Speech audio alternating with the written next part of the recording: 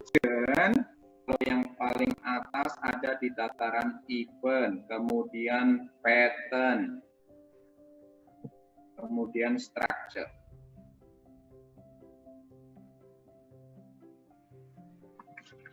Kalau ini gambarannya seperti ini, terlihat apa enggak nih teman-teman? Nah, ini kita ada pola pikir, kita ada di tataran saat ini, misalnya ada di event. Kita harapkan jangan sampai ke level yang namanya pattern. Ini ada di level structure. Apa maksudnya? Ketika ini adalah seperti fenomena gunung es, ya. Yang atas itu tataran event. Tataran event itu seperti seorang pemadam kebakaran. Artinya, ketika menyelesaikan masalah hanya temporari saja. Menyelesaikan masalah hanya temporari, artinya ketika terjadi kebakaran ya disemprot pakai air kemudian padam, selesai. Tapi apakah itu menyelesaikan permasalahan? Memang saat itu menyelesaikan masalah karena dia seorang pemadam kebakaran. Tetapi pada tahun berikutnya pas musim kemarau misalnya terjadi lagi kebakaran rumah di perumahan padat atau terjadi kebakaran hutan di musim kemarau. Artinya apa? Kalau sudah sampai itu kita ada di tataran pola atau pattern sehingga ada permasalahan yang berulang tahun. Tentu banyak nih penyerapan anggaran yang selalu terjadi, misalnya penyerapannya kecil atau grafiknya grafik J ketika sudah di akhir baru melonjak gitu ke atas gitu kan. Nah, itu adalah salah satu kejadian-kejadian tataran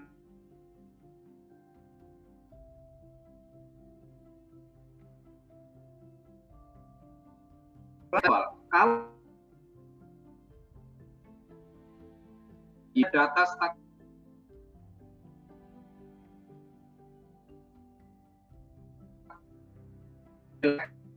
nah, bagaimana supaya kita bisa sampai root cause analysis atau akar masalah utamanya? Kita harus sampai pada level structure, di mana kita harus membuat atau menyusun causal diagram atau causal loop diagram yang menyebabkan kondisi ini itu apa aja, variabelnya apa aja. Nah, inilah sampai level structure. Ciri-ciri variabel itu seperti apa? Biasanya berbentuk kata benda, karena untuk mempermudah nantinya akan dikuantifikasi. Yang level paling bawah sebenarnya ada yang namanya mental model. Itu ketika kita belajar tentang sistem dinamik.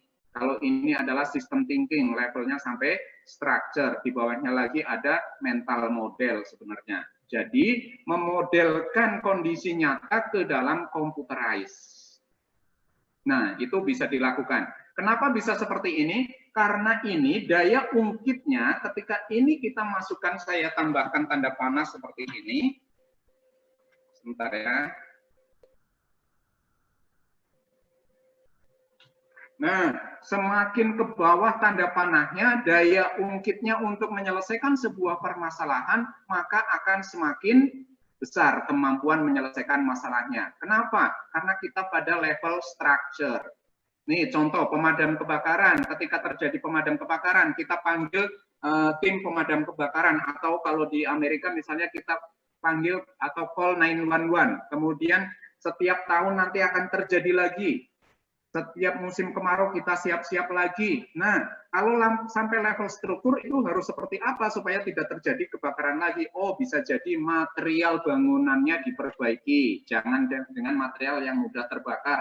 Oh, disiapkan hidrannya, oh diatur jarak antar rumahnya. Itu adalah penyelesaian sampai level structure. Bisa dipahami sampai sini?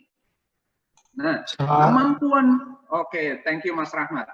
Kemampuan berpikir seperti itu menjadi sangat penting. Jadi jangan hanya toolnya saja yang kita amati, yang kita pinteri gitu ya.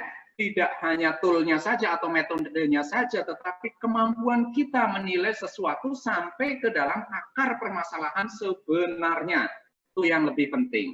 Oke, kita lanjut. Kemudian teknik-teknik analisis isu strategik atau apapun permasalahan di organisasi kita misalnya disebut di sini ada jenis instrumen model DO. DO itu diagnosis organisasi. Jadi artinya teman-teman sebagai seorang PNS ataupun nanti menjadi leader harus mampu enviroscanning, harus mampu mendiagnosa organisasi itu memahami based on data yang ada. Kondisi saat ini seperti apa, kondisi yang diinginkan seperti apa, di situ ada gap. Nah, gapnya ini adalah timbul masalah. Kenapa? Karena masalah adalah ketidaktercapaian segala sesuatu yang di luar standar. Kalau standarnya A, kok dia mencapainya A aksen atau A minus, seperti itu. Artinya ada gap antara A minus dengan A itu sendiri. Jadi permasalahan itu ada permasalahan yang membahagiakan dan ada permasalahan yang nyusahin. Artinya, misal Mbak Uswatul Hasanah punya toko di Mangga 2 Jakarta nih, kan orang awak banyak yang bisa punya toko di Jakarta juga. Nah, punya toko, target tahun 2020 itu mendapatkan keuntungan sampai 500 juta, misal seperti itu. Ternyata di Desember itu beliau tokonya mencapai keuntungan 750 juta. Ini sebenarnya timbul masalah. Kenapa? Karena targetnya 500 kok tercapai 750. Artinya ada gap yang di luar standar. Ini adalah masalah yang membahagiakan. Ya kan, Mbak Uswatul Hasanah, targetnya 500 kok. Tahu ya bahasa Jawa ya, target 500 untuk itu ngatus yo mantep no yo gitu kan. Nah, kalau yang tidak membahagiakan, tapi ini perlu dianalisis juga. Kenapa bisa keuntungannya melebihi target yang tadinya 500 menjadi 700 juta, misalnya seperti itu. Nah, itu perlu dianalisis. Kemudian ada lagi permasalahan yang membuat pusing. Targetnya 500, ternyata tercapainya hanya 250. Artinya nggak mencapai target. Nah, what's wrong? Itu juga perlu dianalisis. Itulah masalah yang nyusahin gitu. Jadi masalah ada dua, masalah yang membahagiakan dan masalah yang nyusahin. Organisasi juga demikian. Tapi semuanya itu adalah masalah. Tapi biasanya fokus kita menyelesaikan masalah yang nyusahin, gitu kan? Iyalah, karena sudah enak ngapain kita pikirin kan gitu. Oke, kemudian prosedur dan jadi ada variabel atau kategori yang sudah ditetapkan. Prosedur tahapan sudah ditetapkan. Ada juga prosedur tahapan dengan variabel terbuka. Artinya seperti ini. Ada misalnya contoh tool 7 McKinsey. 7S McKinsey itu sudah ditentukan. S-nya struktur, S-nya lagi, S-nya lagi ini. Semua tertentu. Itu adalah contoh dari variabel atau kategori atau prosedur yang sudah ditetapkan. Kalau yang terbuka, misalnya ada SWOT, Strength, Weakness, Opportunity, Threat. Isinya itu suka-suka jenengan. Ada strength. Yang penting itu kalau namanya strength dan SWOT, Strength and Weakness, itu adalah menyangkut ke dalam internal diri kita, internal organisasi kita, sehingga ada internal dan eksternal. Urutannya, kalau menggunakan SWOT, itu pertama kita menentukan strength, weakness, opportunity, dan threat. Langkah berikutnya, setelah strength, weakness, dan opportunity, itu adalah menentukan strateginya atau perkawinan antara SW, SO, OT, seperti itu, perkawinan seperti itu, sehingga menghasilkan strategi-strategi. Langkah selanjutnya apa? Bisa jadi langkah selanjutnya adalah pembobotan terhadap variabel-variabel tersebut. Pembobotan itu nanti akan memposisikan organisasi kita, jadi kita akan mengukur IFAS dan EFAS. IFAS itu apa? Internal faktor, EFAS itu eksternal faktor, sehingga posisi organisasi kita itu diketahui. Posisi kita sedang dalam kuadran kanan atas atau kiri atas atau kiri bawah atau kanan bawah. Sehingga nanti strateginya berbeda-beda. Ada strategi, lagi berkembang, pasar terbuka luas buat kita sehingga kita harus maju dan meraih pasar. Strategi optimis. Tapi kadang-kala organisasi kita udah jenuh, pasar kita sudah imun.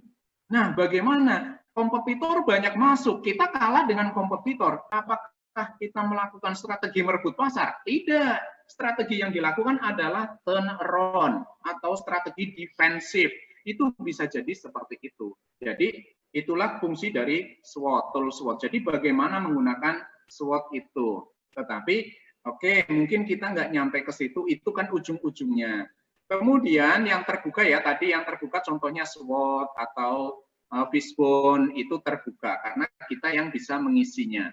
Beberapa penerapan instrumen diagnostik, misalnya memilih masalah prioritas itu menggunakan analisis USG, kemudian metode Hanlon, sama nih, hampir sama nih, Hanlon nama USG, cuma namanya aja Hanlon. Kemudian ada Likert system dan metode Delbecq.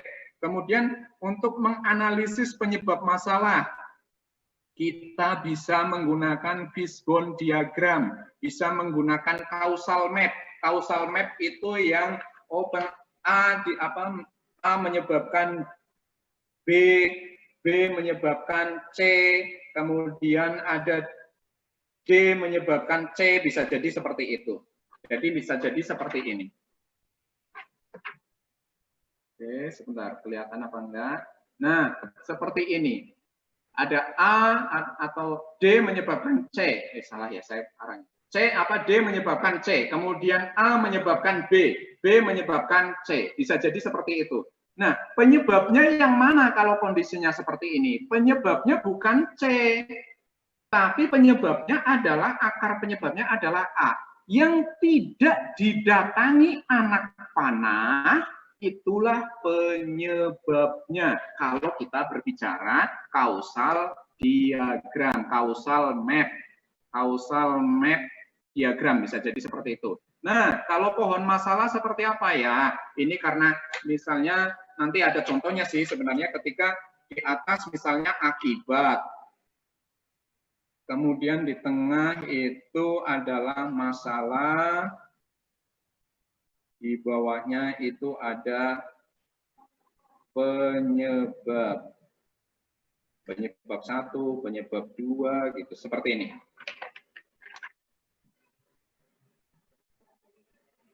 Mana ya? Oh ini. Seperti ini. Ini yang paling atas itu akibat. Ya. Yang tengah-tengah itu masalah. Jadi masalah ini mengakibatkan apa sih kalau tidak diselesaikan? Masalah ini akan mengakibatkan apa kalau tidak diselesaikan, gitu ya. Kemudian di bawah masalah ini adalah penyebab-penyebabnya. Itu bisa seperti itu, gitu ya. Kemudian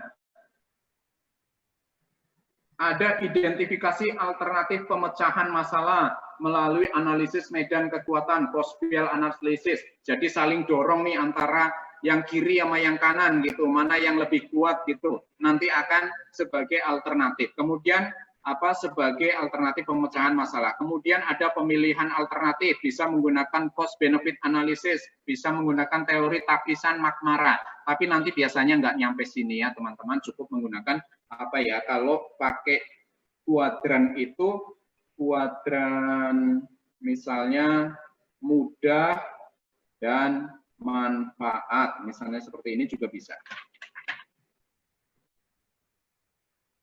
Nah, kuadran mudah dan manfaat. Mana alternatif yang mudah dilakukan dan mana alternatif yang punya manfaat lebih besar. Kalau ke kanan biasanya plus gitu ya. Ke kiri itu kan minus, seperti itu. Bisa kebayang? Plus minus, ya. Atas itu plus, bawah itu minus. Nah, seperti ini. Jadi kuadran mana yang masuk paling manfaat dan paling mudah dilakukan. Itu biasanya yang dipilih alternatifnya. Atau dengan metode SMART. Oke, saya ganti spidol biar kelihatan warna-warni. SMART.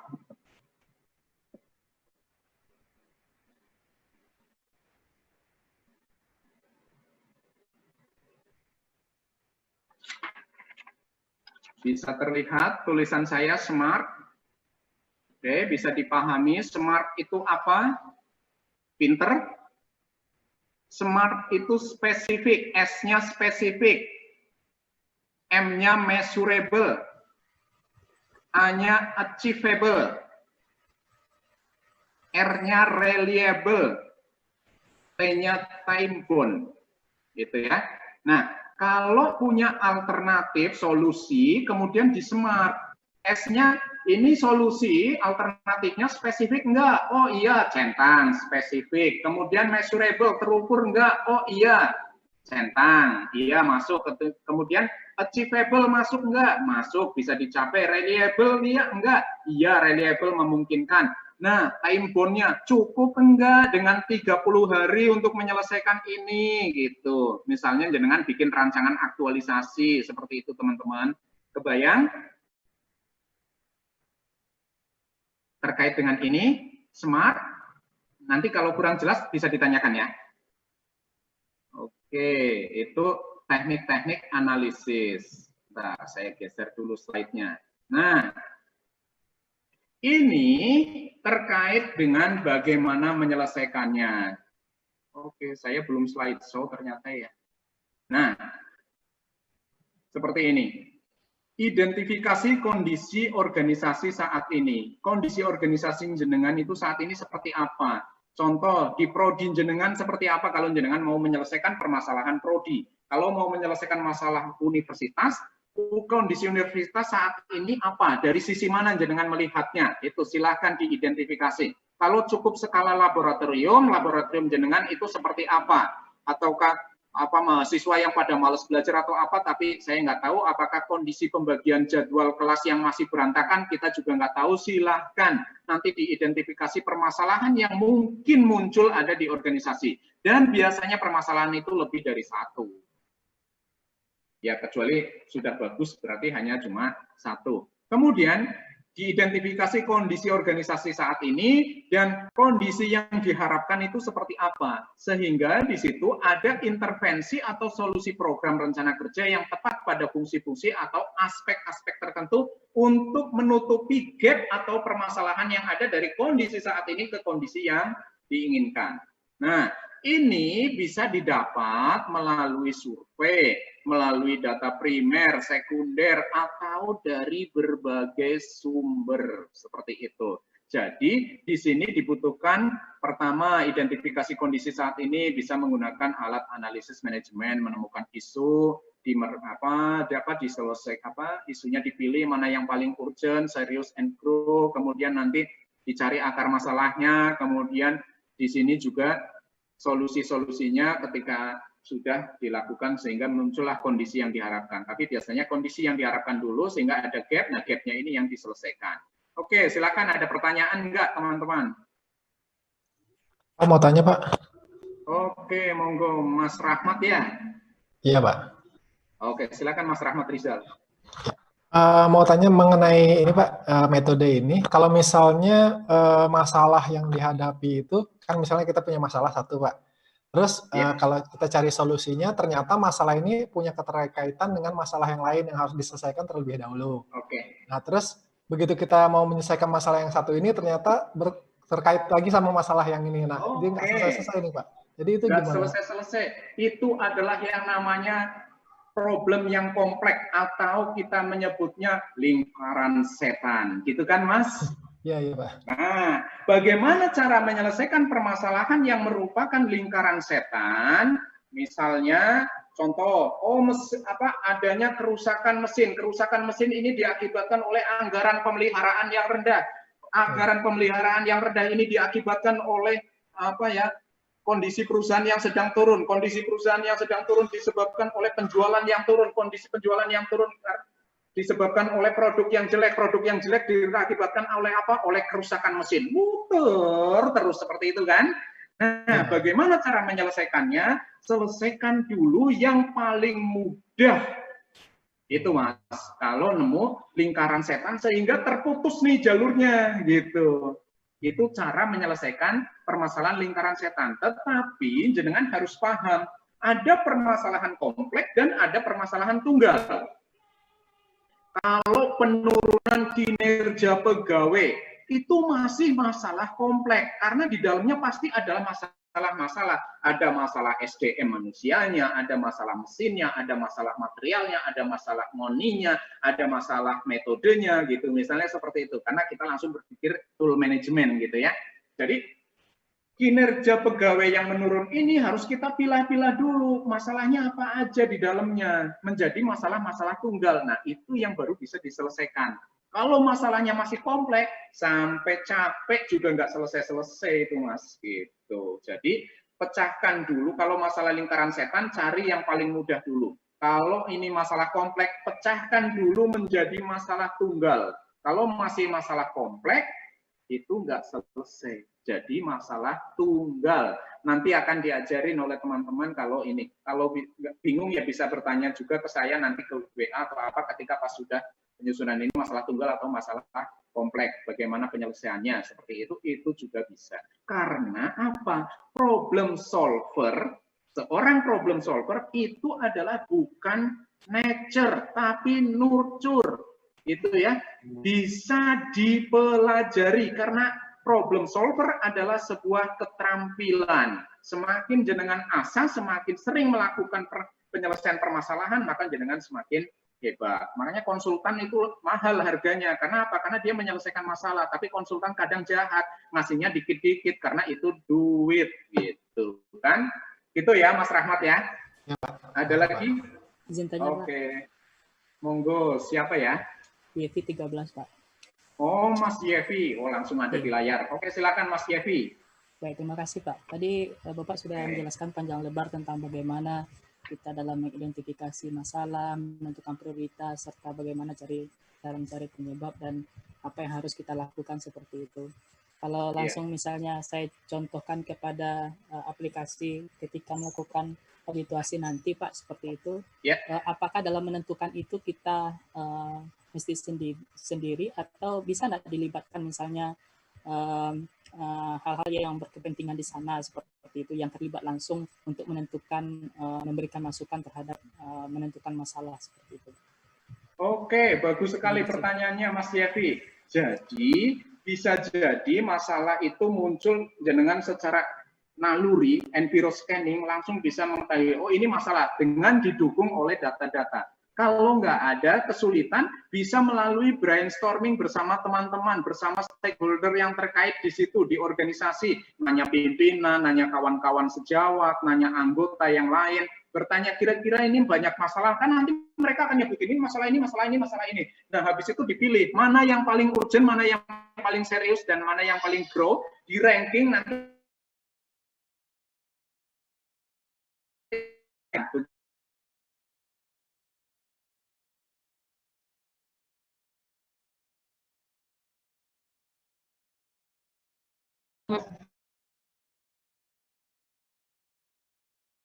Iya, Pak.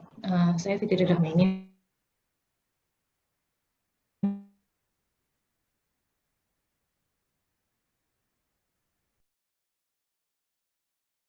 Ya, ada tipe-tipe problem solver. Tipe-tipenya macam-macam nih. Contoh ya, ada Mr. Go Greeter. Kalau jenengan mau baca bukunya Tan Watanabe 101 Problem Solver Kit. Itu sebenarnya itu salah satu konsultan McKinsey dari Jepang yang sudah beliau menulis buku sendiri sangat menyebutkan bahwa problem solver tipe-tipenya itu ada tipe Go Greeter, ada Miss Side, ada Miss Dreamer, kemudian ada tipe Mr. Kritik, ya saya catat dulu nih ya, saya juga agak lupa. Mr. Kritik, kemudian ada Miss Dreamer, sebentar, nanti saya jelaskan. Ini terkait sedikit tentang problem solver. Kemudian ada problem solver kit.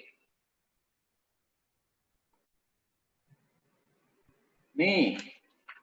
Di dalam sini tulis saya mau jadi dokter tapi nggak jadi nih, jadinya tulisannya jelek, nggak kelihatan ya.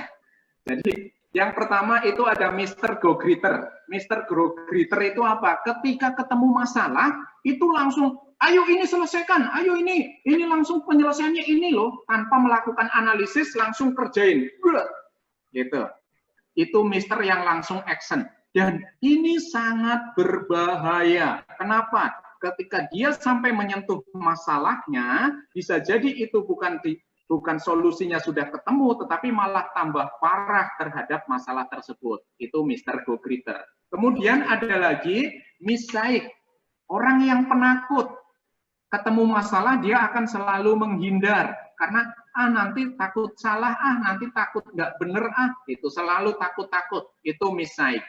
Kemudian ada juga Mr. Kritik. Kalau ada masalah, dia menemukan segala celah, misalnya Mbak Fitri nemu masalah kemudian tahu penyelesaiannya, ini loh penyelesaiannya. Mr. Kritik kan langsung tahu, oh itu negatifnya begini, bla bla bla bla bla bla bla bla bla gitu kan Mr. Kritik. Padahal nggak pernah action. Itu selalu ada di organisasi, ada terus. Kemudian berikutnya ada Mrs. Dreamer. Ini Mrs. Dreamer ini bagus, melihat masalah langsung ketemu solusi banyak. Karena dia pinter analisis, tetapi tidak pernah melaksanakan. Jadi not action task only gitu kan. Itu ada juga tipe begitu. Kemudian ada yang problem solver kit. Ini yang melalui analisis, melalui proses yang terencana sehingga menyelesaikan masalah. Jadi di organisasi jenengan pasti akan ketemu orang tipe-tipe ini gitu. Itu ya Mbak Fitri ya. Bagus sekali tadi terkait dengan intelektual dan mental. Iya, kita Pak. lanjut dulu. Setuju, Pak. Ya. Oke, thank you. Kita lanjut dulu ya, nanti mungkin akan ada pertanyaan lagi. Oke, kerangka, kok langsung kerangka berpikir, rancangan aktualisasi, jadi udah langsung aktualisasi nih. Jadi, misalnya jenengan bingung, mau menentukan, aku nemuin isu apa gitu, saya harus mencari isu apa, karena seolah-olah sudah terlihat sempurna gitu ya. Jadi lihat dulu visi misi, sasaran, isu strategis, tupoksinya, organisasi itu apa. Baru nanti, oh ini ternyata visi ini, misi ini belum tercapai. Oh sasaran ini belum tercapai. Oh isu strategis ini belum tercapai. Oh tupoksi ini belum terlaksana dengan baik. Itulah muncul identifikasi permasalahan organisasi. Sehingga tadi kembali bikin ya. Oh, iya. Langkah-langkahnya yang tadi ya, kondisi saat ini, kemudian kondisi idealnya seperti apa. Di situ ada gagasan pemecahan isunya, kemudian ketemu maksud dan tujuan aktualisasinya, kemudian ketika ketemu solusi-solusinya tadi, jadi dibuat tahapan kegiatan. Tahapan kegiatannya ini nanti ada output kegiatannya itu apa aja, atau output aktualisasinya apa, inovasinya itu apa. Dan nanti dihubungkan keterkaitan kegiatan output tadi dengan aneka, akuntabilitas, nasionalisme, etika publik, komitmen mutu, dan anti korupsi, serta peran dan kedudukan teman-teman sebagai PNS. Itu apa? Kemudian dampak pemecahan isunya apa ketika kita sudah ngomongin manfaatnya. Kemudian pengaruhnya terhadap visi misi atau kontribusi terhadap visi misi, tujuan, dan nilai-nilai organisasi itu apa? Inilah isi dari rancangan aktualisasi. Jadi lebih berat seminar rancangan nantinya daripada seminar aktualisasinya. Kenapa? Karena rancangan ini jenengan harus akan diuji, benar-benar diuji. Rancangan jenengan atau planning jenengan bagus atau tidak. Kalau tidak artinya jenengan sedang merencanakan kegagalan. Akhirnya ini yang akan dikupas tuntas nanti oleh tim penguji, sehingga jenengan harus memenuhi ini semua, baru nanti aktualisasi. Aktualisasi itu apa? Pelaksanaan kegiatannya. Kegiatannya harus dilaksanakan, bukan hanya dalam bentuk proposal habis itu sudah, tetapi benar-benar terjadwal, ada jadwal pelaksanaannya kapan, dengan bukti-buktinya. Ingat, setiap kegiatan jenengan di dalam aktualisasi itu nanti harus ada bukti-buktinya. Baik itu berupa dokumentasi, berupa video, atau berupa apa, terserah. Paham sampai sini teman-teman? Ada yang mau bertanya? Oke, monggo Mas Muhammad Arif ya. Atau ya, Mas Muhammad atau siapa yang mau bertanya? Atau Mbak Dita? Saya Pak, iya Pak, saya Pak. Oke, boleh, silakan Mbak Dita. Oke. Terima kasih Pak atas kesempatannya. Jadi untuk dari beberapa tipe yang Bapak sebutkan tadi, ada beberapa tipe problem solver. Nah, saya tertarik di bagian yang paling terakhir untuk problem solvernya, di mana ada orang yang terencana, kemudian memikirkan mulai dari penyebab dan segala kemungkinan-kemungkinan yang ada. Oke, mungkin saya tipe di sana, tapi sering terjadi kelasnya tuh Pak, ketika kita memikirkan sesuatu kemungkinan, kemudian segala sesuatu yang direncanakan, terkadang saking kita memikirkan kemungkinan-kemungkinan itu malah jadi pikiran yang panjang dan mungkin lambat atau bahkan kadang-kadang tidak terlaksana gitu Pak. Oke. Nah, apakah itu bisa dipengaruhi juga dari jam kerja juga yang terbang juga Pak ya sebagai problem solver? Oke.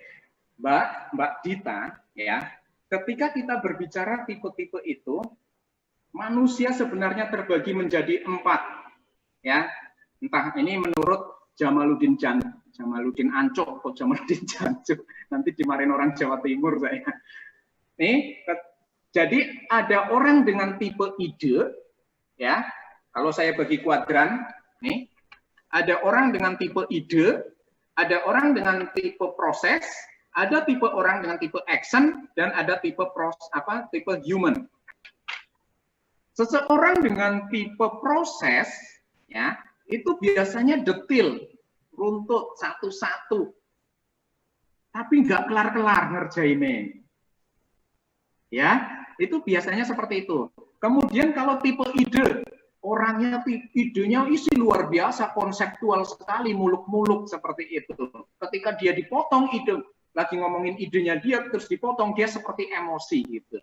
Dan itu kita harus hafal pimpinan kita tipe yang mana gitu ya. Kemudian ada tipe action, tadi seperti Mr. Go-Getter, pokoknya kerjain dulu, plan A, plan B, plan A gagal, plan B gitu. Itu ada Mr. Action. Kemudian ada ada yang tipenya human, yang sedikit-sedikit ngomongin manusia. Ini biasanya pinter nih, berhubungan sebagai negosiator, berhubungan dengan manusia lain, how to influence other people. Ini pinter banget ini orang human, karena bisa aja.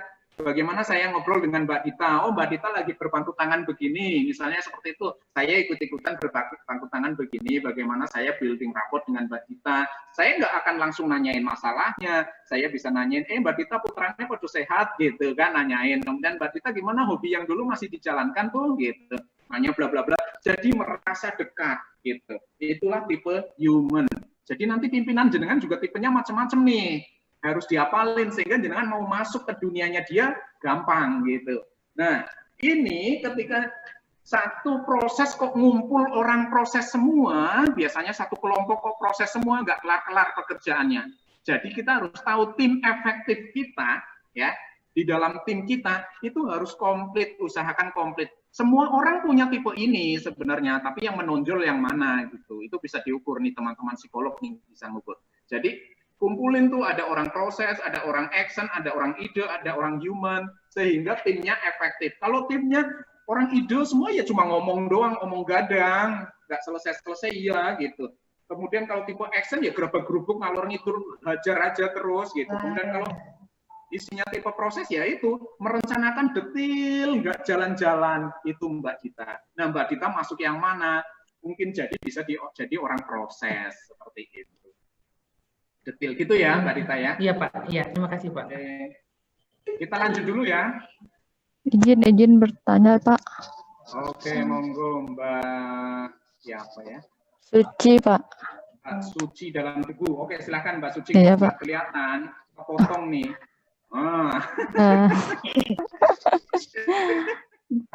Oke silakan Mbak Suci. Iya Pak, makasih. Terkait kerangka rancangan aktualisasi ini Pak, kan nanti ada output aktualisasinya Pak. Biasanya itu output yang diharapkan itu seperti apa ya Pak?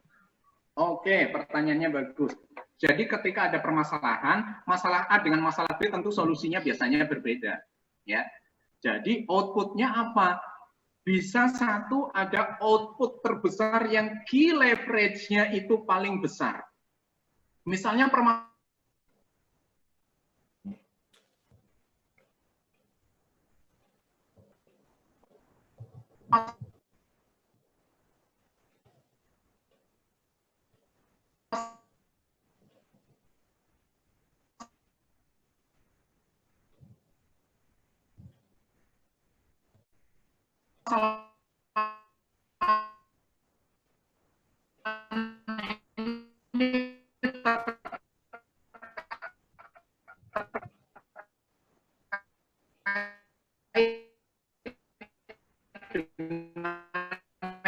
Saya terputus ini, Pak Endris.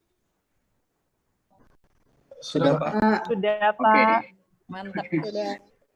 Jadi mohon maaf ya gangguan kalau di rumah ini, padahal jadi ada kendala BTS saya ada deket di BTS. Kemudian kalau di sini ada gangguan, BTS-nya mati, udah repot sekali. Jadi WiFi pun hilang, kemudian handphone juga nggak bisa sinyalnya, sehingga ada beberapa backup, pakai Tri segala, pakai Telkomsel, ya sama aja ternyata malah naik turun.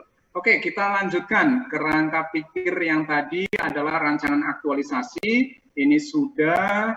Selanjutnya contoh scanning environmental. Ini contohnya.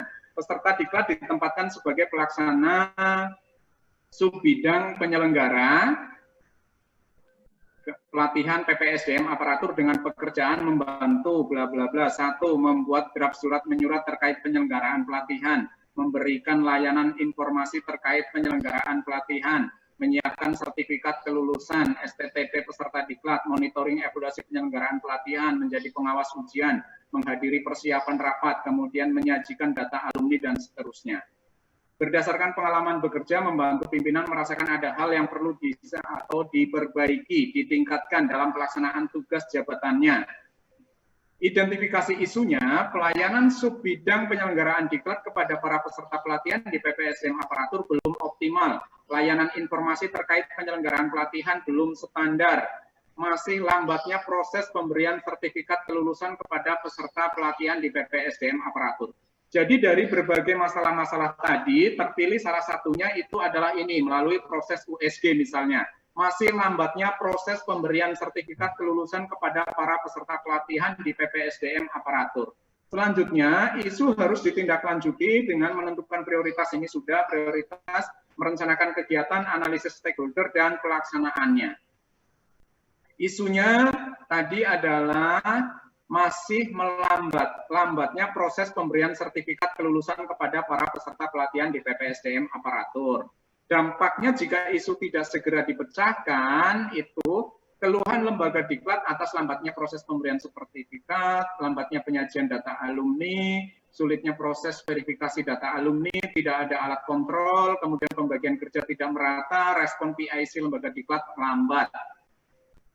Tahapan kegiatannya itu ada telaahan SOP kebijakan pelayanan pemberian sertifikat diklat pada subbidang penyelenggaraan PPSDM aparatur saat ini, penyusunan SOP dan perangkat pengendalian pelayanan, kemudian sosialisasi, kemudian uji coba dan review hasil uji coba pelaksanaan pelayanan sertifikat diklat, kemudian pengembangan sistem aplikasi atau sistem diklat, seperti itu. Nah, ini terkait jadi pemilihan isu yang tadi ya, kemudian sampai ke langkah-langkah kegiatannya, tahapan kegiatannya. Outputnya apa sebenarnya? Output besarnya itu adalah membuat sistem aplikasi pelayanan pemberian sertifikat diklat pada subbidang penyelenggaraan PPSDM aparatur melalui online. Itu solusi yang paling ininya. Tetapi kan prosesnya butuh waktu, tidak simsalabim, tidak dalam 1 bulan selesai, sehingga nanti ada pembagian dalam milestone. Seperti itu hanya contoh saja. Ini contoh penggunaan alat-alat instrumen atau alat-alat manajemen, analisis manajemen. Contoh, Pak Asep selaku pejabat eselon 4 di sebuah kantor pemerintahan menghadapi beberapa masalah. Realisasi anggaran pada semester 1 tahun ini masih jauh dari target yang direncanakan. Pengelolaan sistem pengelolaan sarana atau peralatan masih lemah. Pelayanan publik kepada masyarakat masih jauh dari standar yang ditetapkan. Standar kompetensi pegawai masih sangat kurang. Ini contoh dari masalah-masalah. Selanjutnya akan dicoba menentukan urutan prioritas masalah menggunakan 3 unsur USG. Melalui apa? Ini bisa melalui kuesioner kepada teman-teman, ditanyakan kepada rekan sejawat, dan dibuat klasifikasi angka 1 sangat kecil, angka 2 kecil, angka 3 sedang, angka 4 besar, dan angka 5 sangat besar. Nih, faktor urgensi. Urgensi yang paling menduduki posisi paling ini adalah realisasi anggaran pada semester 1 tahun ini masih jauh dari target yang direncanakan. Itu urgensinya. Kalau seriousness-nya, ternyata realisasi anggaran pada ini masih menduduki atau skor 5. Kemudian berikutnya, untuk faktor grow-nya, itu realisasi anggaran pada semester 1. Grow ini ketika Artinya ketika dia dibiarkan, dampaknya akan semakin membesar, itu growth. Dan ini nomor 5. Akhirnya yang terpilih itu sebagai ranking 1 ketika ditambahkan atau dijumlahkan semuanya, realisasi anggaran pada semester 1 tahun ini masih jauh dari target yang direncanakan. Inilah yang akan diselesaikan permasalahan ini. Kalau ini mungkin ada ranking keberapa nih? Ini harus, oh ya ranking 4. Oke, jadi ini yang harus diselesaikan, urutan nomor yang dapat ranking prioritas nomor 1. Jadi realisasi anggaran pada semester 1 tahun ini masih jauh dari target yang direncanakan. Seperti itu. Jadi yang diselesaikan, nah kita bisa juga menggunakan untuk mencari akar masalahnya seperti di awal itu menggunakan fishbone.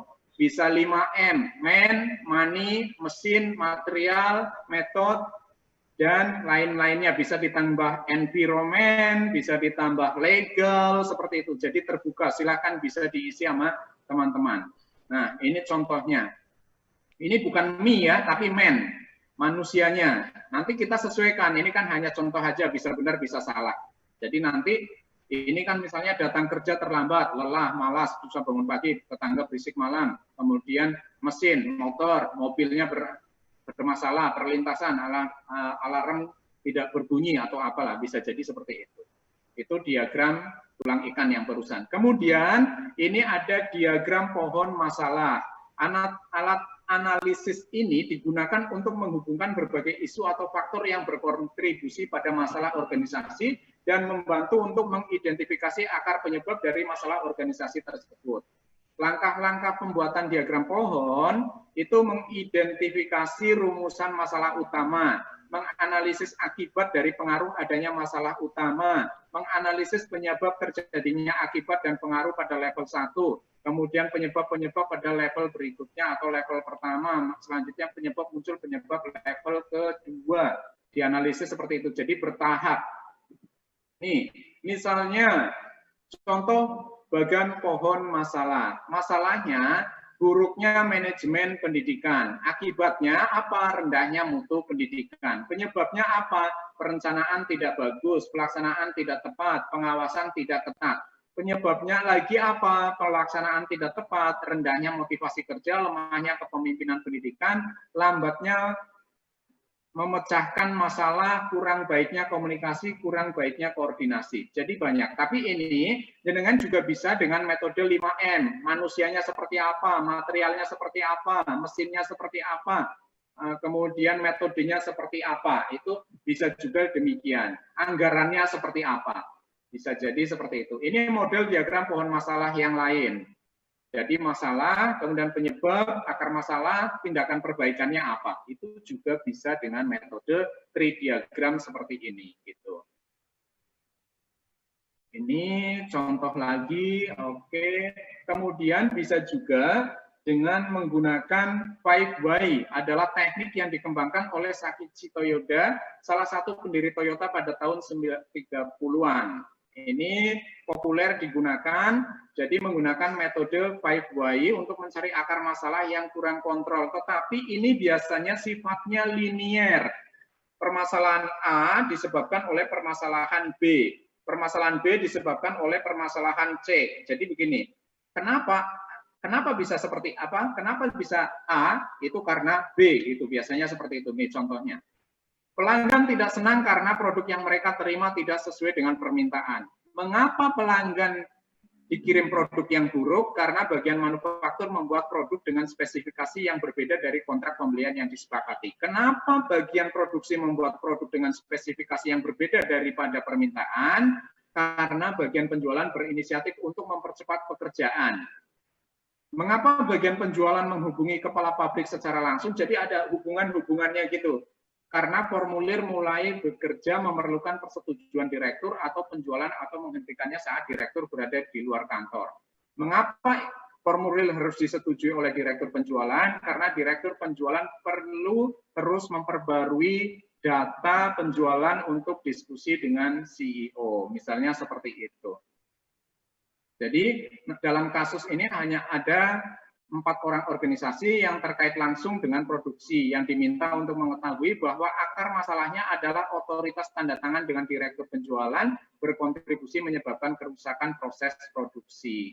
Jadi sudah ketemu akar permasalahannya sebenarnya, tetapi by way ini digunakan ketika sudah spesifik, oh ini masalah ini, karena ini, karena ini, karena ini. Tetapi kalau kita belum spesifik akar masalahnya, kita biasanya menggunakan fishbone analisis. Nah, contohnya seperti ini, gap analisisnya seperti ini nih contoh ya. Jadi, misalnya kondisi saat ini, kan kita kena diabetes nih, ada yang kena diabetes misalnya seperti itu, gula darah 500 dibuktikan dengan hasil lab, luka tidak sembuh, dan lain bla bla bla. Kemudian akibat jika kondisi ini tidak diselesaikan apa? Bla bla bla bla bla bla. Kemudian penyebabnya apa? Karbohidrat berlebih, minum gula atau manis berlebih, kemudian kurang olahraga, terjadi stres. Kemudian kondisi yang diharapkan seperti apa? Gula darahnya 120 diukur dengan hasil uji lab, luka cepat sembuh, dan lain-lain. Dampaknya apa ketika sudah sembuh? Gitu bisa jenengan gambarkan. Kemudian solusi inovatifnya apa? Gitu. Inovatifnya misalnya harus melakukan olahraga atau apalah, melakukan kontrol secara teratur atau membuat apa sehingga bisa untuk mengontrol hasil penurunan gula darah. Milestone-nya seperti apa? Jangka pendeknya melakukan apa? Jangka menengahnya melakukan apa? Jangka panjangnya melakukan apa? Seperti itu. Nah, ini adalah gambaran terkait dengan analisis sebuah masalah.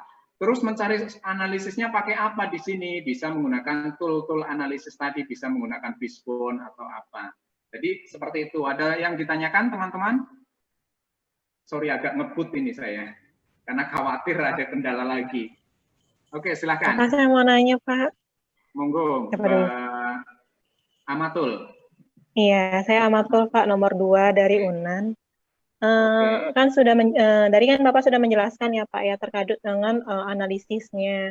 Mungkin lebih kepada prakteknya nanti di lapangan ya Pak. Nanti kan kita sudah melakukan analisis nih Pak, ada isunya, kemudian melakukan analisis untuk program aktualisasinya nanti. Kemudian nantinya kan apalagi kalau sekarang kan sistemnya kita online ya Pak. Jadi memang kalau ke kampus pun belum full gitu ya. Jadi mungkin ada kondisi-kondisi yang tidak unexpected, kondisi unexpected gitu yang nggak kita bisa prediksi. Dan ini masih kondisinya baru. Nah nantinya Pak, misalnya kita sudah melakukan analisis nih Pak, terus kita udah bikin program, kemudian kita jalankan. Ternyata dalam proses perjalanannya kita melakukan evaluasi, ada yang misalnya targetnya tidak tercapai gitu, atau misalnya tidak ada progres. Kemudian pas kita evaluasi, mungkin ternyata ada faktor-faktor yang kita tidak perhitungkan sebelumnya karena memang kondisinya kan baru gitu Pak. Kira-kira nanti untuk untuk menghadapi kondisi seperti itu gimana ya Pak dalam prosesnya? Apakah kita harus mengubah lagi rancangannya atau ada yang program baru yang kita buat untuk meneruskan rancangan atau seperti apa baiknya gitu? Terima kasih Pak. Oke, terima kasih. Kalau menghadapi kondisi karena saat ini online segala, kita memang harus sudah memetakan dari sekarang, Mbak. Jadi bisa jadi, oh ini pelaksanaannya kan nanti secara online nih, menghubungi mentor pun mungkin bisa jadi secara by Zoom atau apa gitu ya. Kemudian mengumpulkan data-data dari teman-teman juga by Zoom gitu kan. Tetapi misalnya untuk implementasi, oh bikin apa sih, saya belum tahu permasalahannya kan tergantung masing-masing ya. Ada yang permasalahan solusinya dengan membuat kebijakan atau membuat aturan atau membuat SOP, itu juga kan langsung bisa dimulai disusun kalau yang seperti itu. Mungkin proses sosialisasinya seperti apa, bisa sosialisasinya by Zoom. Tetapi kalau yang harus bikin alat, harus datang ke laboratorium, nah itu harus dengan perhitungkan ketika ini kita lakukan SMART, specific, measurable, achievable tadi. Apakah memungkinkan enggak ini solusi ini terkait dengan kondisi zaman sekarang, kondisi COVID seperti ini. Time bound enggak sih sebenarnya gitu. Nah, nanti rincian-rincian kegiatannya itu harus tetap dimitigasi ya, dimitigasi bahwa oh ini nanti akan terjadi seperti ini, solusinya jenengan akan seperti apa. Itu di dalam perancangan. nanti kan akan diujikan, oh rancangannya, oh nanti ketika menghadapi kondisi seperti ini penyelesaiannya akan seperti ini gitu. Jadi di dalam perancangan itu sampai ke mitigasi gitu. Nah, kalau harus merubah rancangan, enggak sih, jangan merubah rancangan, karena itu akan membuat sangat capek dan artinya jenengan gagal dalam merencanakan, ibaratnya gitu. Jadi rancangan biarkan saja sesuai itu, tetapi proses pelaksanaannya ini yang jenengan harus fleksibel menyesuaikan dengan kondisi gitu. Bisa aja output kegiatannya dirubah atau jadi apa, karena yang tadinya harus datang ke kantor sekarang harus by online seperti itu. Nanti tim-tim penguji gitu juga, ya, Pak? Iya, harus luas lah, dan juga tim penguji juga akan kita infokan mungkin kondisinya tidak seidealis ketika kita harus masuk itu. Tapi usahakan sebaik mungkin. Kenapa? Karena ini bukan untuk kita, bukan untuk jenengan saja, tapi ini untuk organisasi loh, gitu. Gitu ya, Mbak Amatul. Ya, terima kasih, Pak. Oke, silakan. Ada lagi nggak? Izin bertanya, Pak. Saya Beni, Pak. Mas Beni. Ya, Mas Beni Hamdi. Silakan, Mas Beni. Ya, nomor 30, Pak. Jadi saya ingin menanya, Pak, tentang syarat suatu masalah itu bisa kita angkat. Apakah harus by data gitu? Bagaimana dengan permasalahan-permasalahan yang sering kita ketemu setiap hari ketika kita bekerja gitu, tanpa ada data empiris sebelumnya? Apakah bisa kita mengangkat permasalahan tersebut menjadi yang akan kita tulis ke depannya, Pak? Seperti itu. Oke. Nanti, Mas, kalau jenengan ketemu masalah yang tidak based on data, ya, itu bisa jadi jenengan based on bukan hanya feeling so good-nya jenengan, tapi harus berdasarkan interview dengan kawan-kawan atau apa yang ada ininya, atau berdasarkan komplain dari orang-orang kan, dari klien kita atau dari mahasiswa atau dari apa, sehingga itu muncul, oh permasalahan ini, ketika jenengan nggak punya data secara kuantifikasi, seperti itu. Dari permasalahan media yang ada di kampus sering diomongin tentang ini, itu juga bisa di screenshot, bisa jadi cuplikan seperti itu. Itu Mas Beni Hamdi. Syukur-syukur sih hasil dari brainstorming dengan kawan-kawan gitu. Dengan kelompok atau dengan yang sejawat, teman sejawat, oh yang banyak muncul adalah ini, itu kan juga bisa, Mas. Meskipun datanya secara empirik mungkin nggak ada gitu. Itu ya, berarti, Mas Beni ya. Ya, berarti brainstormingnya didokumentasikan gitu, Pak ya? Ada berita. Iya. Okay. Iya, betul, Mas. Okay. Gitu ya. Baik. Jadi terdokumentasi dan ada bukti-buktinya. Artinya seperti itu, buktinya nggak harus data. Syukur-syukur sih, kan kita diharapkan speak by data. Apalagi dengan orang-orang akademik kan seperti itu. Itu ya, Mas Beni ya. Ya, baik, terima kasih, Pak. Oke, sama-sama. Silakan kalau ada lagi. Izin bertanya, Pak. Oke, Mbak Emma dulu ya. Silakan Mbak Emma, nanti baru Mbak Desi ya. Silakan Mbak Emma. Ya, Pak. Terima kasih atas kesempatannya, Pak. Saya nomor 27, Pak Emma. Oke. Begini, ya. Pak, terkait dengan aktualisasi yang akan kita laksanakan, sebetulnya dari yang Bapak paparkan dengan cara brainstorming tadi dengan sebaiknya ya Pak dengan pengelola, yaitu misalnya Sekjur atau Koprodi gitu. Semalam saya sudah terpikir dan saya langsung komunikasi gitu dengan beliau gitu. Oke. Saya dengan start nih Mbak Emma. Ya. Karena sudah terpikir kemungkinan akan seperti ini, kan lebih baik kita bertanya langsung kepada pengelola karena mereka yang langsung menghadapi masalah-masalah di kampus gitu Pak. Kalau kami kan masih dosen biasa gitu kan. Nah, kemudian tersebutlah oleh pengelola mengenai permasalahan kalau di internal kami apa dari jurusan saya di teknologi pertanian itu ada masalah mengenai lambatnya mahasiswa lulus gitu Pak. Jadi masa waktu studinya terlalu panjang misalnya seperti itu Pak. Dan sebenarnya sudah ada Pak sistem yang dibuat oleh pengelola, yaitu dalam penyelesaian masa studi itu bukan penelitian, kan lebih ke penelitian kami ke Pak untuk skripsinya itu sudah dibuat sistemnya misalnya 3-6-3, yaitu 3 bulan proposal, kemudian 6 bulan penelitian, 3 bulan lagi ujian penyusunan skripsi akhir sampai ujian gitu kan Pak. Tapi ternyata kurang berjalan gitu Pak. Itu mungkin menjadi masalah dari jurusan yang berkaitan juga nanti dengan mutu dan sebagainya kan Pak, akreditasi dan sebagainya. Nah, misalnya Pak, kalau misalnya saya menginisiasi untuk semacam membuat reminder saja gitu Pak, sistem untuk mereminder mahasiswa dan dosen untuk bisa strict pada sistem yang sudah dibuat 363 ini gitu, dengan nanti satu pola gitu Pak, atau satu metode reminder, entah mungkin memanfaatkan teknologi aplikasi gitu Pak, misalnya yang sudah ada aja atau yang gratis. Nah itu boleh tidak Pak? Tapi outputnya itu atau hasilnya itu kan tidak bisa langsung terlihat gitu Pak. Karena kan kalau misalnya masa studi berarti harus ditunggu. Misalnya aplikasinya ini memang sesuai tidak gitu dengan apa namanya dengan mahasiswanya gitu. Mereka terbukti nggak cepat lulus gitu Pak. Kalau misalnya sudah dijalankan tapi nanti hasilnya belum terlihat, bagaimana Pak? Ada kemungkinan untuk diizinkan diaktualisasi atau tidak Pak? Mungkin Oke, ya, bisa dipahami Mbak Emma, karena ini kita harus masih menebak-nebak kan.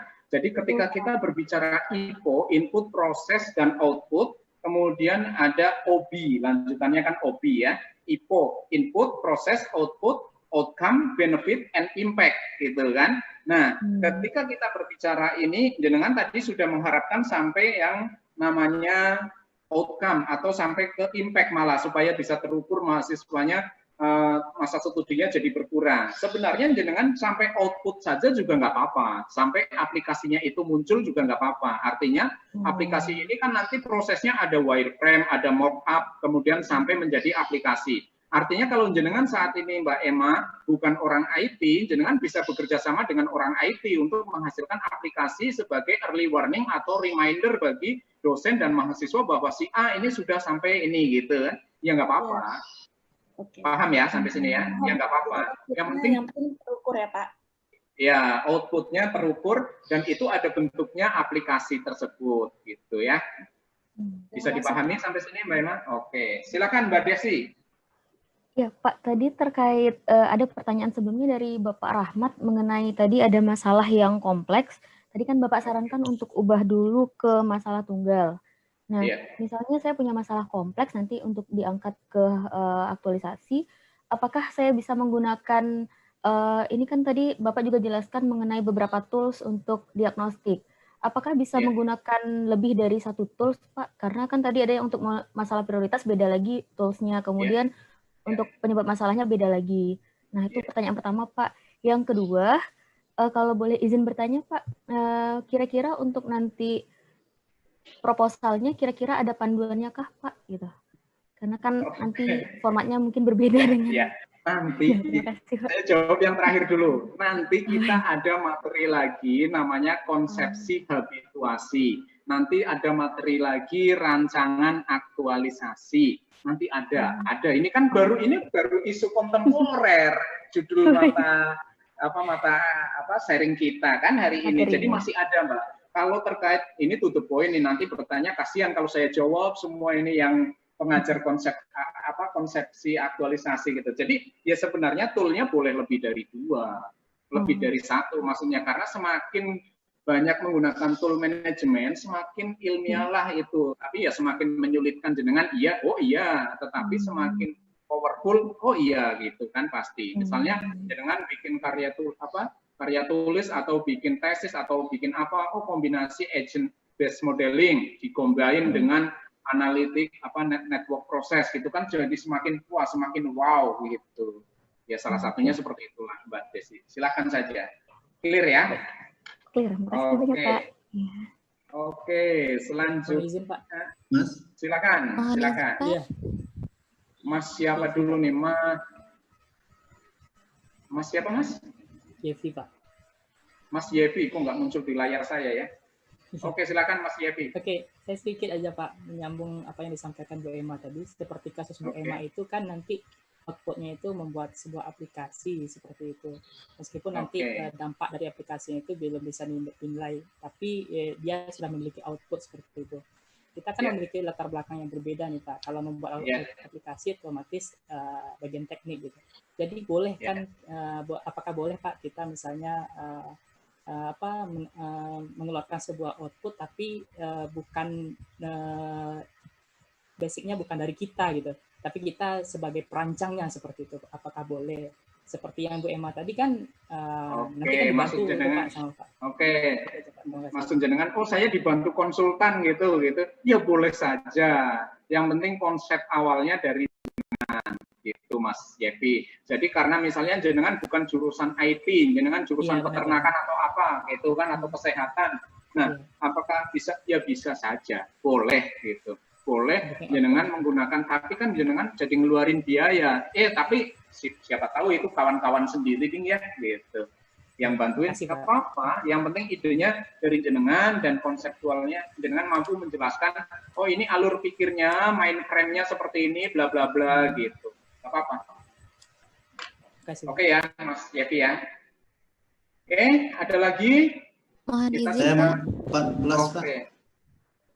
Mohon izin, Oke, Pak. Mas, Bertanya, Pak. ya sebentar ya Mbak Nur Hasanah, Mas Riza dulu. Mas Riza, silakan Mas Riza. Saya mau mengomentari dikit Pak terkait masalah Mbak Emma tadi. Oke. Ya, yang pertama tawaran membuat reminder itu menurut saya bagus sekali. Tapi kalau saya lebih berpikir bukan itu yang konsep remindernya yang ditawarin, konsep 363-nya yang diubah, Bu. Menurut pendapat saya konsep 363-nya dalam menyelesaikan skripsi itu terlalu lama, 1 tahun dulu. Nah, jadi misalnya 132 6 bulan gitu. Kalau 1 tahun, yang masa paling cepat aja 1 tahun. Berapa tahun anak-anaknya tamat gitu. Nah, kalau saya berpikirnya seperti itu. Terima kasih. Oke, itu nanti bisa di ini ya Mbak Emma ya, terkait dengan apa yang disampaikan Mas Riza itu juga itu menjadi input. Makanya nanti perlu brainstorming, kan nggak jenengan saja yang menyelesaikan permasalahan ini nih. Bisa jadi jenengan punya tim di itu kan, karena ini untuk kebaikan organisasi, masa tim yang lain, kawan yang lain nggak mau bantu sih gitu. Meskipun nanti atas nama jenengan sebagai reformer di sini gitu ya. Makasih Mas Riza. Selanjutnya silakan Mbak Siti Nur Hasanah, monggo. Oke, baik Pak. Terima kasih Pak atas waktunya. Saya tertarik dengan contoh kasus yang sudah Bapak sampaikan tadi untuk mencari akar permasalahan, di mana Bapak mencontohkan tadi untuk akar permasalahannya adalah pada pimpinan ya Pak.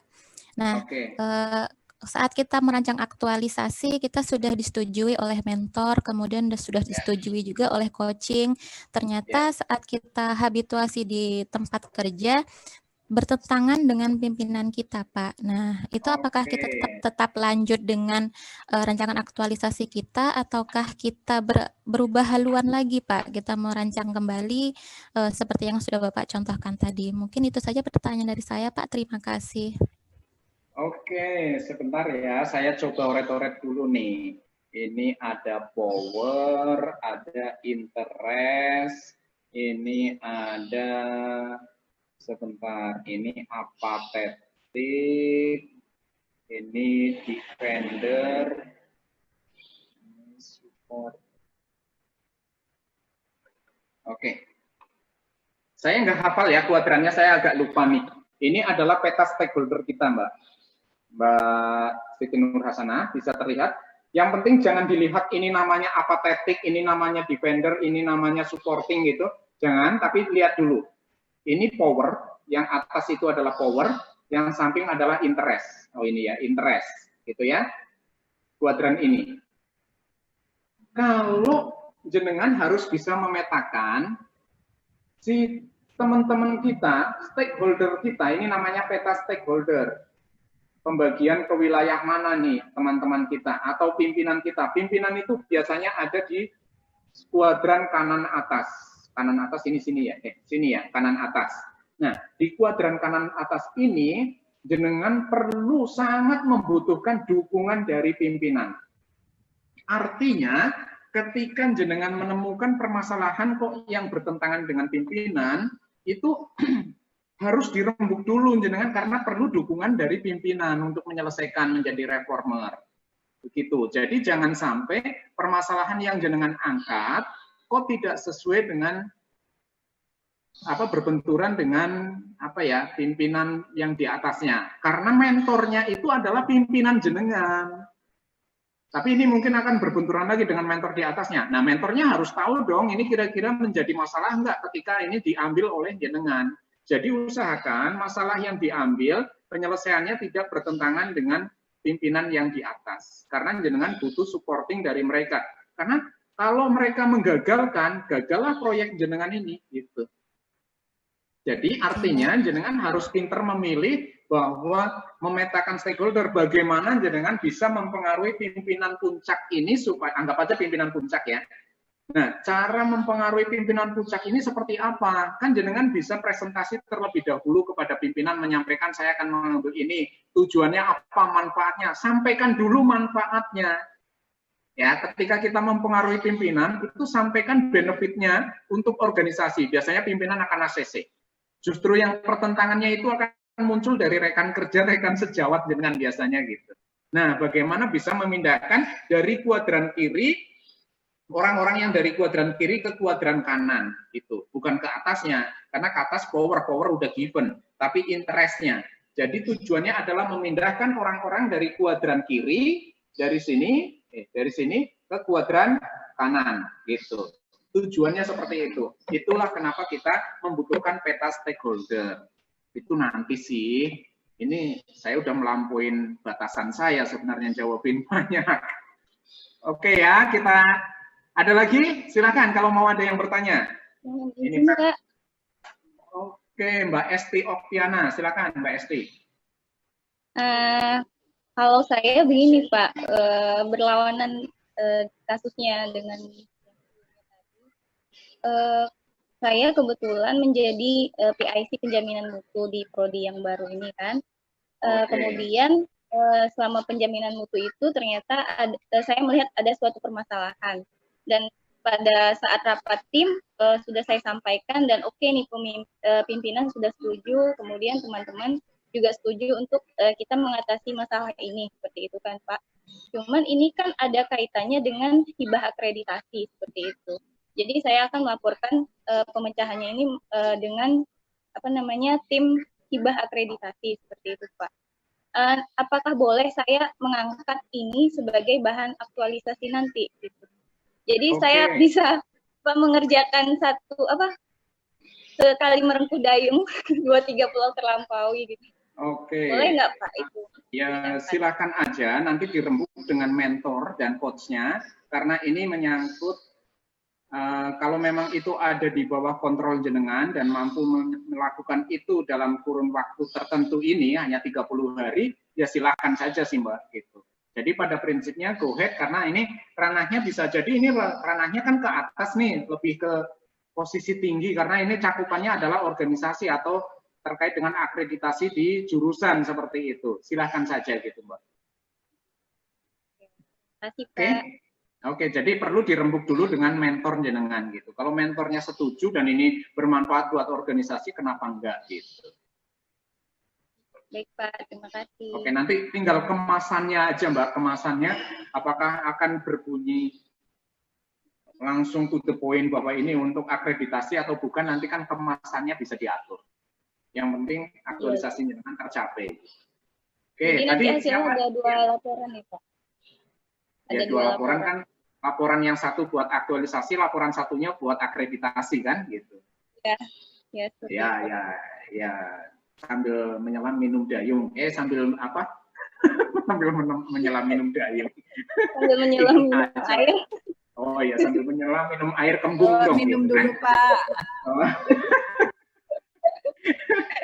Oke, silakan. Tadi ada yang mau bertanya, Mas kayaknya suaranya atau siapa? Yang barengan Mbak Esti? Kalau enggak, oke, Mas Edi Yusuf ya, silakan Mas Edi.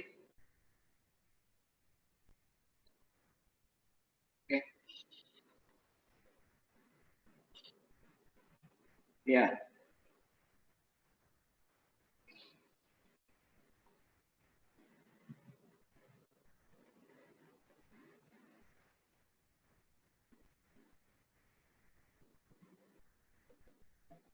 Sebenarnya jadi Mas, urutannya kita kan berangkat dari holistik dulu. Memang ini ada kewajiban isu-isu kontemporer gitu ya, isu-isu kontemporer apa? Isu jadi lupa saya. Kontemporer ini disampaikan terlebih dahulu. Nah, selanjutnya ini adalah tool-tool untuk menganalisisnya gitu. Tool-tool untuk analisis berbagai masalah. Sehingga daripada berulang-ulang, karena nanti kita nggak punya cukup waktu untuk membahas berbagai macam tool-tool yang bisa diimplementasikan pada rancangan aktualisasi. Jadi tidak ada hubungannya sebenarnya, tidak berhubungan secara langsung isu kontemporer dengan rancangan aktualisasi. Tetapi ini karena di rancangan aktualisasi juga nantinya menggunakan tool-tool manajemen. Padahal tool manajemen ini dibahasnya di isu kontemporer dan juga di komitmen mutu nantinya gitu. Sedangkan rancangan nanti ketika proses habituasi itu akan membahas bagaimana konsep habituasi itu, contoh pelaksanaannya seperti apa pemecahannya, bukan langkah-langkah pemecahan masalah, tetapi bagaimana ini terkait dengan laporannya seperti apa gitu nanti di rancangan aktualisasinya. Kalau ini enggak berhubungan, ini hanya mengarahkan supaya jenengan semua terbiasa menggunakan tool manajemen. Ingat, basic kita itu banyak basic teknis, tidak mempelajari tool manajemen seperti itu sebenarnya Mas Edi gitu. Kalau sudah terbiasa sih alhamdulillah bagus gitu, tapi kan tidak semua teman-teman. Kalau gerbong kan kita kalau lari bersama itu gerbong yang paling lambat itulah menjadi patokan, bukan yang paling kencang gitu Mas. Bisa dipahami Mas Edi? Oke. Iya, enggak. Oke, enggak berhubungan secara langsung gitu. Ini hanya sebagai contoh aja sehingga tool-tool manajemen ini bisa diimplementasikan dan ini adalah contoh menganalisis kondisi organisasi gitu aja. Kalau kondisi organisasi kan related dengan rancangan aktualisasi nantinya. Oke, ada lagi? Kalau nggak ada, kita masih jam 3 karena jenengan kayaknya asarnya juga jam 3 lewat 1/4 ya, lewat 45-an gitu kalau nggak salah. Atau setengah 4 lewat di Padang. Jadi kita akan breakout room seperti ini ya. Ini jadi tugasnya nanti teman-teman akan dibagi menjadi 4 kelompok.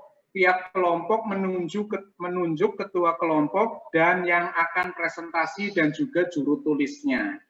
Tiap kelompok sekitar 40 sampai 45 menit, bukan tiap kelompok. Jadi breakout kita itu akan 45 menit. Kemudian kembali ke room dan tiap kelompok akan presentasi sekitar 6, dilanjutkan dengan tanya jawab. Tugasnya, temukan permasalahan di organisasi salah satu peserta.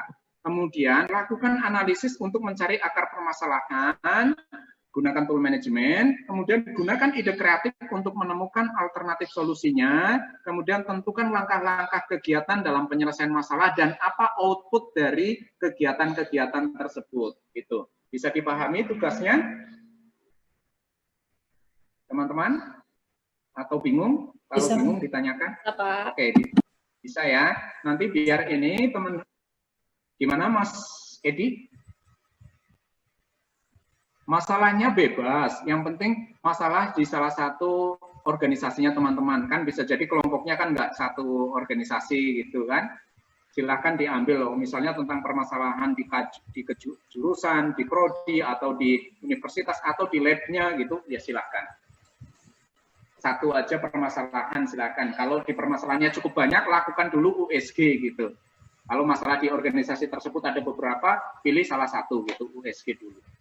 Baru diselesaikan dengan tool-tool manajemen sampai dengan langkah-langkah kegiatannya apa aja. Kayak kita membangun rumah itu kan kita work breakdown structure dari bikin fondasi, kemudian bikin temboknya, bikin kusennya, entah ada kolom, ada slope gitu, sampai atap, sampai rangka atap, sampai finishing gitu. Sehingga terwujudlah satu rumah. Itu clear ya, Mas? Oke. Mau tanya, Pak? Oke, monggo silakan Mas Rahmat. Ini berarti tugasnya berbeda sama yang di LMS ya, Pak? Yang di LMS kan ada yang menyelesaikan masalah dengan SMART. Beda, Oke. Dengan SMART itu artinya masalah jenengan itu ditabelin dulu kalau masalahnya banyak gitu. Kalau masalahnya banyak bisa dipilih dulu atau nanti solusinya di SMART juga bisa. SMART itu adalah specific, measurable, achievable, reliable, time bound. Itu sebenarnya masuk di dalam tool management. Nggak apa-apa Mas, pakai SMART juga bisa. Artinya begini, ketika sudah diketemu masalah, kemudian mau diselesaikan solusinya di-SMART-kan juga bisa. Mana ya, saya harus korek-korek dulu. Ketika solusinya solusi 1, solusi 2, solusi 3, kemudian jenengan SMART-kan. Spesifik, measurable, SMART. Oke. 1, 2, 3. Nah, seperti ini misalnya, Mas Rahmat. Jadi, ketika sudah ketemu solusinya ada banyak, 1, 2, 3, 4, 5, 6, atau berapa masing-masing kan solusinya. Solusinya di-SMART-kan. Bisa dilaksanakan enggak dalam 30 hari. Time bound-nya adalah 30 hari. 1 bulan kan masa aktualisasi jenengan. Apakah bisa masuk ke situ atau enggak, sehingga terpilih lah nanti. Kalau yang enggak masuk, ya enggak usah dipilih. Gitu. Biasanya sih banyak yang bisa masuk dengan SMART ini. Gitu Mas Rahmat. Oke, Pak. Bisa dipahami? Ya, bisa Pak. Oke, dipraktekkan dulu nanti biar kita sambil dikoreksi bareng-bareng kalau itu ya. Oke, cukup teman-teman. Bisa ini kita mulai. Mbak Eni. Halo Mbak Eni. Siapa monitor?